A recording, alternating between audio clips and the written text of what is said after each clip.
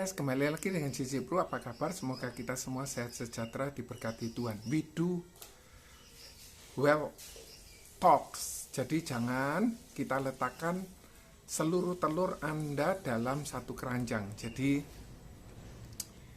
mari kita bertindak lebih bijak karena kita bisa mengaturnya sejak lebih awal. Semangat dari ungkapan tersebut adalah untuk mengingatkan kita untuk melakukan diversifikasi investasi. Tujuannya untuk menurunkan resiko investasi karena pergerakan nilai investasi yang berbeda untuk tiap jenis instrumen dan lokasi investasi, serta membantu mendapatkan kinerja hasil investasi yang lebih optimal. Seperti contoh, kita punya uang, kita belikan semua rumah semua karena mumpung murah. Jangan, ada bagiannya untuk porsi rumah, ada bagiannya untuk porsi kebutuhan sehari-hari, ada bagiannya untuk porsi proteksi yang melindungi porsi investasi kita dan proteksi untuk kebutuhan hidup kita. Jadi diversifikasi investasi dapat dilakukan dengan cara yang pertama, berinvestasi pada beberapa jenis instrumen investasi yang berbeda. Contohnya kombinasi investasi ke properti, ke emas, ke saham, ke obligasi, dan ke kas. Yang kedua, jadi jangan semua kita belikan aset dan lain sebagainya, meskipun itu murah. Karena kalau tidak ada kasnya, maka untuk kebutuhan hidup sehari-hari juga repot. Tetapi kalau kita semua taruh untuk aset dan untuk kebutuhan hidup sehari-hari tanpa kita memiliki rekening proteksi, itu juga bermasalah. Karena kalau ada apa-apa, maka hasil yang kita aset yang kita beli ini bisa terjual dengan terpaksa karena kita tidak memiliki kas. Yang kedua, berinvestasi pada berbagai tempat atau pihak dalam satu jenis instrumen investasi. Contohnya, investasi saham yang tersebar di beberapa negara.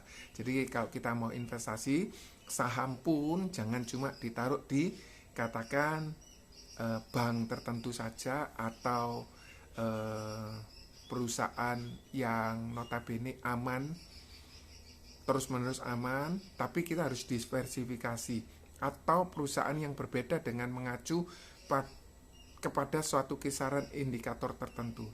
Yang perlu diperhatikan ketika melakukan diversifikasi, apa sih tujuannya investasi? Toleransi kita terhadap risiko investasi berapa banyak? Kita mau rugi 10% atau 20% atau cuma mau 5%? Kita tentukan supaya kita juga tidak gegabah atau kita tidak serakah. Untuk kalau untung kita batasi juga, kalau rugi kita juga batasi juga. Terus jangka waktu investasinya, kita mau investasi berapa lama? Contoh, kita mau depositonya mau bulanan, 3 bulanan, 6 bulanan, atau 1 tahun. Karena kalau yang 1 tahun dapatnya uangnya bunga tersebut lebih besar daripada kalau kita taruh yang 1 bulanan. Jadi kalau kita butuhnya masih lama, 5 tahun lagi, tidak apa-apa, tahunan saja. Tapi kalau kita butuhnya dalam waktu singkat 2 bulan, ada baiknya kita depositonya bulanan supaya bisa dicairkan. Kemudian latar belakang serta pengetahuan Anda seputar jenis-jenis investasi dan tahu risiko.